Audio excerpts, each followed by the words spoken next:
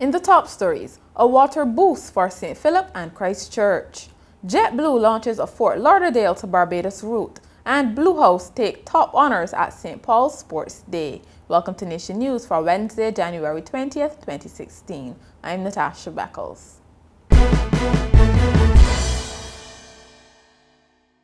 While the northern and eastern parishes continue to struggle with water outages, residents in St. Philip and Christchurch should get a major ease. On Wednesday, Minister of Water Resource Management Dr. David Estwick opened the Groves Wellfield and Pumping Station, which is expected to provide about 3 million more gallons of water daily to those parishes.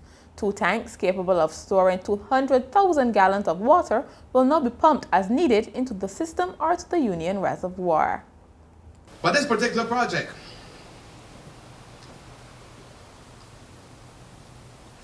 comes along at a time when the Town and Country Planning indicated to us that more than 13,000 lots, commercial and residential, in the St. Philip Christchurch zone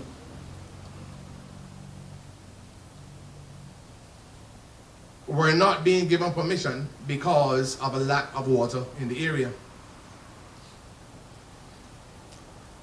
The Infrastructure Committee of the Cabinet, understanding the requirement of the Barbados Water Authority to service and drive national development, asked that this matter be resolved by the Barbados Water Authority. This is the final phase of the St. Philip Augmentation Project, a public-private sector project with Portable Water Supply, Inc. The cost of the project was not disclosed. Tourism Minister Richard Seeley is expecting a further boost for tourism following the launch of JetBlue's new daily service from Fort Lauderdale to Barbados. Speaking at a media launch in Florida, he said the daily flights will begin on April 28th, bringing more than 1,000 additional seats per week. The Florida area is rapidly growing, and I think that this flight will be positive for tourism. JetBlue have been a very good partner, of course. 2 or even 3 flights a day out of New York. They have the Boston service as well, that's weekly, and so adding another gateway in a relatively short space of time, and we only had JetBlue since the 1st of October 2009, so we're happy with the way the relationship is going. And no doubt it's part of the reason why we are getting such strong numbers out of the US market. A man who was on the police wanted list last month has been arrested and charged with a number of firearm offenses. 21-year-old Jivad Griffith of Harrison's Tenantry Road, Crab Hill, St. Lucie, is accused of wounding with intent, use of a firearm, and assault with a firearm. The charges stem from a December 12th incident in which Dexter Lashley of Crab Hill was shot and seriously injured while at home. In a separate matter on the same date, Mr. Griffith is accused of assaulting a man in Crab Hill well armed.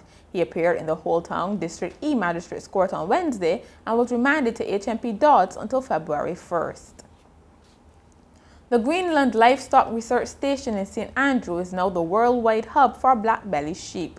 The announcement was made Wednesday by Inter-American Institute for Cooperation on Agriculture Barbados Rep. Ina Harvey during a tour of the station by New Zealand High Commissioner Jan Henderson. While in conversation with Ms. Henderson, manager John Vaughan revealed he was fighting a losing battle getting local farmers to keep records. Have to keep an animal that is going to produce a lot of milk and still be able to maintain it.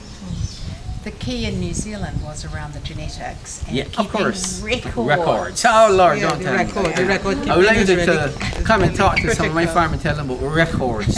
Because, you know, when you tell them about records, you think that you're beating them with a stick. Yeah. You just don't want to do it. But the key to successful farming is record keeping. If you don't keep records, you're going to have inbreeding, dwarfism. Your animals are not going to produce because production goes down as you inbreed. So you have nothing. Yeah. Working in collaboration with McGill University, Mr. Vaughan has also run a very lucrative rabbit breeding program. He started out with 6 New Zealand Reds and is currently on the 3rd herd. Parliamentary Secretary in the Ministry of Education, Senator Harry Husbands, says the value of science, technology, mathematics, and engineering cannot be understated. Speaking at the launch of this year's SciTech Expo at the 3Ws Oval, he said these fields can address issues related to climate change, drought, and food security.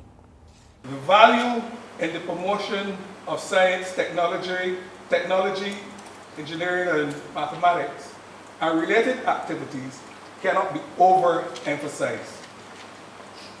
It is recognized by several international development agencies such as the World Bank, the United Nations Educational, Scientific and Cultural Organization, we know as UNESCO, the Organization of American States, and others, that a nation's ability to solve problems and foster development depends partly on its capacity in science, technology, and innovation. In sports, Blue House blew away the competition Wednesday when St. Paul's Primary School held its annual Inter-House Sports at the Samuel Jackman Prescott Polytechnic Ground in Wildy. Blue House finished with 692 points. They dethroned Red House, who finished at the back of the pack with 605 points. Green House were second with 657 and Yellow third with 640. And finally, it is well known that cyber criminals are getting smarter every day, putting your personal and financial information at an increasing risk. Yet, people are still using easy-to-crack passwords, according to a list of the worst passwords of 2015 put together by Splash Data. While 123456 and password continue to be the most common, the list also includes ABC123, Monkey, Let Me In, Welcome, and Star Wars. The list was compiled from more than 2 million leaked passwords. And that's Nation News for Wednesday. For more news, log on to nationnews.com, as well as YouTube, Facebook, and Twitter. Remember to pick up your Daily Nation on Thursday or subscribe to our e-paper. Thank you so much for joining us.